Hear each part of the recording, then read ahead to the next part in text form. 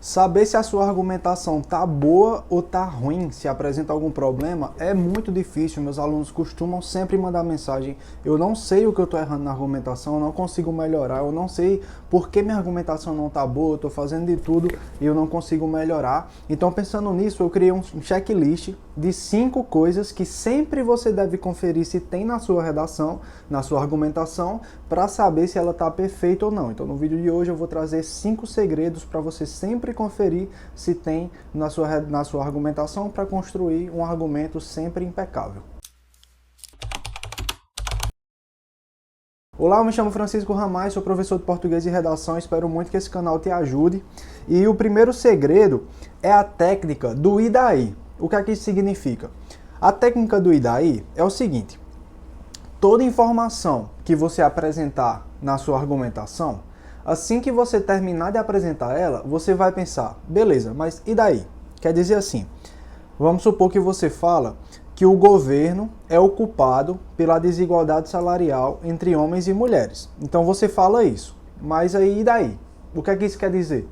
O que é que o corretor tem a ver com isso? O que é que a sua redação tem a ver com isso? Então, além de apontar uma informação, você deve sempre explicar. Então, uma coisa é você falar: o governo é o culpado pela desigualdade salarial entre homens e mulheres, ponto final. Outra coisa é você falar: o governo é o culpado pela desigualdade salarial entre homens e mulheres. E isso acaba refletindo no machismo estrutural que existe na nossa sociedade, fazendo com que as mulheres ganhem menos do que os homens. Então eu expliquei aquela informação. É a técnica do e daí. Toda informação que você apresentar na sua redação, o corretor vai pensar: e daí? O que é que eu tenho a ver com isso? O que é que isso tem a ver com o seu texto?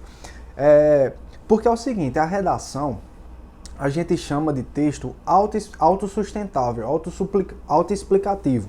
Quer dizer que nada que o corretor não vai ler a sua redação e ele não pode usar os seus próprios conhecimentos para entender nada. Então nada pode ficar subentendido. Então toda informação que é apresentada precisa ser explicada. Se ela não tiver explicação, se tiver a sensação de ir daí no corretor, isso é uma lacuna, então você vai ser impedido de tirar nota máxima ou vai perder a cada ir daí, você vai perder mais pontos.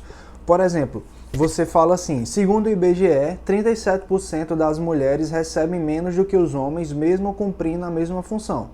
Aí o corretor vai pensar: e daí? Ou seja, você não pode só apontar a informação, você tem que explicar. Segundo o IBGE, 37% das mulheres recebem menos do que os homens, e isso comprova que existe uma desigualdade salarial entre os homens e as mulheres, fazendo com que as mulheres trabalhem nos mesmos cargos e recebam salários inferiores, o que é uma injustiça. Então eu expliquei aquela informação, professor, mas se eu apresentei esses dados, já é óbvio o que eu quis dizer. Não importa se é óbvio.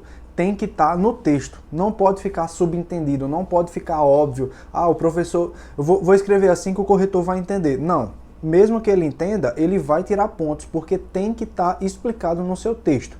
Então, sempre que você apresentar uma informação, você vai pensar: o corretor essa informação está bem explicada, ou o corretor vai pensar: e daí? O que é que eu tenho a ver com isso? Isso é muito importante. Toda informação que é apresentada na sua redação tem que ter uma justificativa para não ficar essa lacuna faltando a explicação. O segundo segredo é sempre comprovar ou exemplificar. Então, assim, eu estou falando que a mídia, eu falo lá que o silenciamento midiático é o culpado por aquele problema. Como é que eu posso comprovar que isso é verdade? Então eu sempre vou ter que trazer algum relato, algum exemplo, algum dado do IBGE, do G1, para comprovar que aquilo é verdade. Senão vai ficar uma lacuna na minha argumentação. Porque se eu falo assim: a culpa da desigualdade salarial entre homens e mulheres é do silenciamento midiático. O que é que isso quer dizer? Quer dizer que eu estou culpando a mídia por haver desigualdade salarial. Se eu coloco a culpa de algo em alguém, eu preciso provar que essa pessoa é culpada, né? Eu já usei esse exemplo aqui em outros vídeos. Se eu falo que alguém roubou minha caneta, eu tenho que provar que ela roubou minha caneta. Então, se eu falo que a mídia é a culpada pela desigualdade salarial entre homens e mulheres, eu tenho que provar. Se eu não provar, eu não posso argumentar, eu não posso culpar alguém se apresentar provas. Aí você fala: professor, quer dizer que eu vou ter que ter um dado decorado para cada tema que exige? Isso é impossível. Não. Você vai praticar dados e informações para cada eixo temático. Então você vai ter um dado sobre questões ambientais, sobre questões educacionais, sobre desigualdades sociais, Você vai pesquisar os eixos temáticos, depois descobre, estuda tranquilinho se você não sabe o que são eixos temáticos, e aí você sempre vai ter alguma coisa ali na ponta da língua, mesmo que seja meio genérico, mas aí você apresenta informação genérica e depois faz uma contextualização, como eu expliquei já em outros vídeos aqui do canal. Tem um exemplo, inclusive, numa redação que tirou nota 1000 ano passado, que está na minha aula sobre argumentação aqui do canal, como escrever argumentos sempre impecáveis, uma coisa assim. Que ela não traz um dado, ela traz uma exemplificação bem simples assim. Ela fala que existe um processo histórico no Brasil que desvaloriza a cultura africana. E para exemplificar, ela fala, como exemplo disso, a gente pode ver que existe uma prioridade em festivais que priorizam músicas produzidas pela cultura branca. Ela não explica quais são esses festivais, ela não traz um dado do IBGE, ela só traz esse exemplo. Ela só está apresentando o ponto de vista dela. Isso aí pode ser exemplificado pelo número alto de festivais que são mais atrativos para a cultura branca do que para a cultura negra, e tem poucos festivais que valorizam a cultura negra. Isso é verdade, tem poucos festivais que valorizam a cultura negra em comparação com os festivais de gente branca, né? O Rock in Rio da vida, enfim, esses festivais que são feitos de gente rica para gente rica, né? Enfim. Então é uma exemplificação simples, ela não trouxe um dado específico, é só uma exemplificação para fundamentar o seu raciocínio. E a gente já vai para o terceiro exemplo, mas antes disso eu quero dar só um recadinho rápido. Aqui na descrição do vídeo eu deixei o link de uma apostila completa que eu preparei sobre redação, para você baixar e consultar. É um guia com tudo que você precisa para consultar antes de escrever uma redação. Tem uma lista de argumentos com explicação que serve em qualquer redação e como usar. É uma lista de repertórios que serve em qualquer redação com explicação de como usar. Uma lista de operadores argumentativos com explicação para você saber como usar cada operador argumentativo. Também tem cada parágrafo da argumentação da redação com explicação para você estudar e entender, lendo ali com calma. Também tem estrutura pronta que eu criei para você se basear e escrever suas redações, só trocando lá pelo nome do tema, dando uma adaptadazinha. Uma apostila muito completa, tem ajudado muitas pessoas, está aqui na descrição do vídeo, custa um valorzinho simbólico lá, vai te ajudar demais mesmo. Eu fiz todo o trabalho assim manualmente, tá? Não foi inteligência artificial, eu que escrevi, são mais de 50 páginas, é uma apostila que vai ajudar muita gente e vai estar ajudando muita gente e vai te ajudar também, tá? Tá aqui na descrição do vídeo, dá uma chance lá, porque eu garanto que vai te ajudar. E a terceira técnica, o terceiro segredo é mantenha a qualidade entre os dois argumentos. Em toda a redação eu vou apresentar dois argumentos, a gente já sabe, né? O D1, que é o desenvolvimento 1, desenvolvimento 2. Então são 4 parágrafos: introdução, desenvolvimento 1, desenvolvimento 2 e conclusão ou proposta de intervenção. O que é que acontece? Muitos alunos escrevem um desenvolvimento 1 perfeito, dá a vida no desenvolvimento 1. Bicho, coloca toda a energia do mundo e escreve uma argumentação perfeita. Quando chega no desenvolvimento 2, escreve de qualquer jeito, porque quer acabar logo, quer ir para as questões, não sei o quê. E isso é muito comum. Então você não vai tirar nota máxima, porque o seu desenvolvimento 1 está perfeito, e se você escreve um desenvolvimento 1 perfeito, quer dizer que você sabe escrever um bom argumento. Você só não repetiu essa estrutura no argumento abaixo. Então isso é muito comum. Então é muito importante você manter uma estrutura que se repete em qualquer argumento, sobre qualquer tema e com qualquer argumentação. Então você vai falar sobre Estado aqui, você vai falar sobre mídia aqui, você vai usar a mesma estrutura de argumentação aqui e a mesma estrutura de argumentação aqui. Para falar sobre Estado, você vai trazer repertório, comprovação, justificativa, tal. Aqui você vai tópico frasal, repertório, comprovação, justificativa, tal. A mesma estrutura. A redação tem que ser previsível. Então, não existe uma redação bem escrita que tem 10 linhas aqui e 5 linhas aqui. Não faz sentido. Você tem mais coisa para argumentar aqui do que aqui, por quê? Isso não pode acontecer. Então, os dois parágrafos, eles precisam ter o mesmo número de linhas e eles precisam ter uma equivalência na qualidade entre um e outro, para você não escrever um parágrafo muito bom e depois um parágrafo muito ruim. Isso aí vai fragilizar, vai parecer que a sua redação foi mal planejada. O quarto segredo é utilizar repertórios em todos os argumentos. O que é que isso significa? Se você pesquisar redações que tiraram nota 1000 no Enem, todos têm um repertório na introdução, um repertório no argumento 1, um repertório no argumento 2. Porque qual é o sentido, qual é a função de um repertório sociocultural? O repertório serve para fundamentar a sua argumentação, fundamentar, aprofundar a sua redação. Então não tem como eu apresentar um bom argumento sem ter um bom repertório ao lado dele. Aquele exemplo que eu falei da menina que trouxe lá, falou dos festivais, é um repertório. Ela está trazendo uma informação externa aos textos motivadores para fundamentar o seu raciocínio. Então não tem como. Se eu falo que um problema é culpa da mídia, eu preciso comprovar, eu preciso justificar, eu preciso fundamentar. Então tem que ter repertório na introdução, tem que ter repertório no desenvolvimento 1, tem que ter repertório no desenvolvimento 2.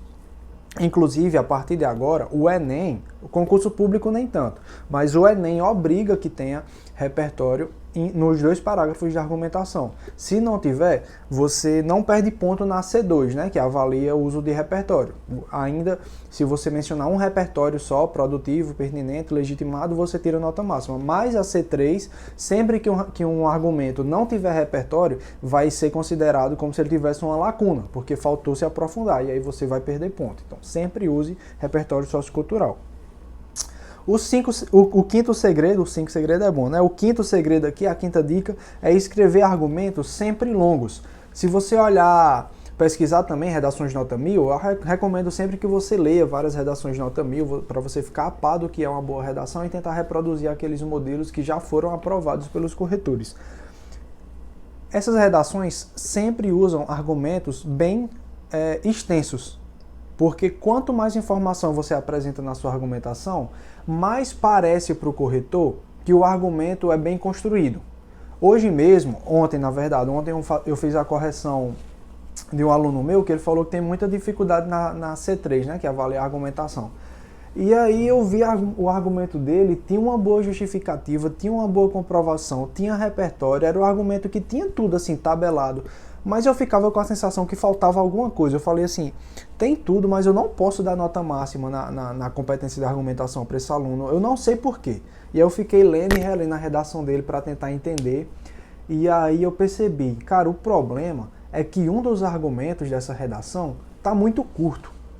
Então fica a sensação para o corretor de que está faltando alguma coisa, mesmo que todas as informações necessárias estejam ali.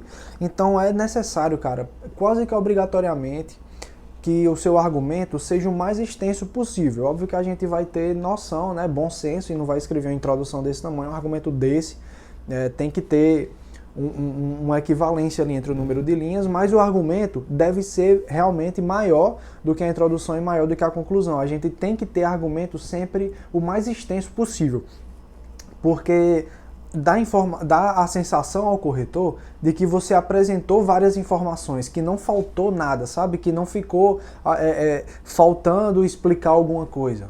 O corretor lê um argumento grande, quando o corretor bate o olho na redação e ele vê a introdução com 7 linhas, cada argumento com 8, 9, 10 linhas e uma conclusão menor, ele sabe que a redação foi bem argumentada, foi bem fundamentada só de bater o olho. Aí quando a gente pega uma redação e tem uma introdução com 10 linhas e um argumento com 5, a gente sabe que a redação vai ser ruim, porque não tem como argumentar nesse espaço. Pelo contrário, a argumentação exige muito espaço, exige muito esforço, existem muitas informações. Como eu falei na técnica do e daí no começo do vídeo, toda informação que a gente apresenta precisa ser justificada. Então é a técnica do e daí. Então se eu preciso justificar tudo que eu apresento na minha redação, eu preciso de muito espaço para argumentar. Então, argumentos curtos nunca vão ter nota máxima. Isso aí pode ter certeza.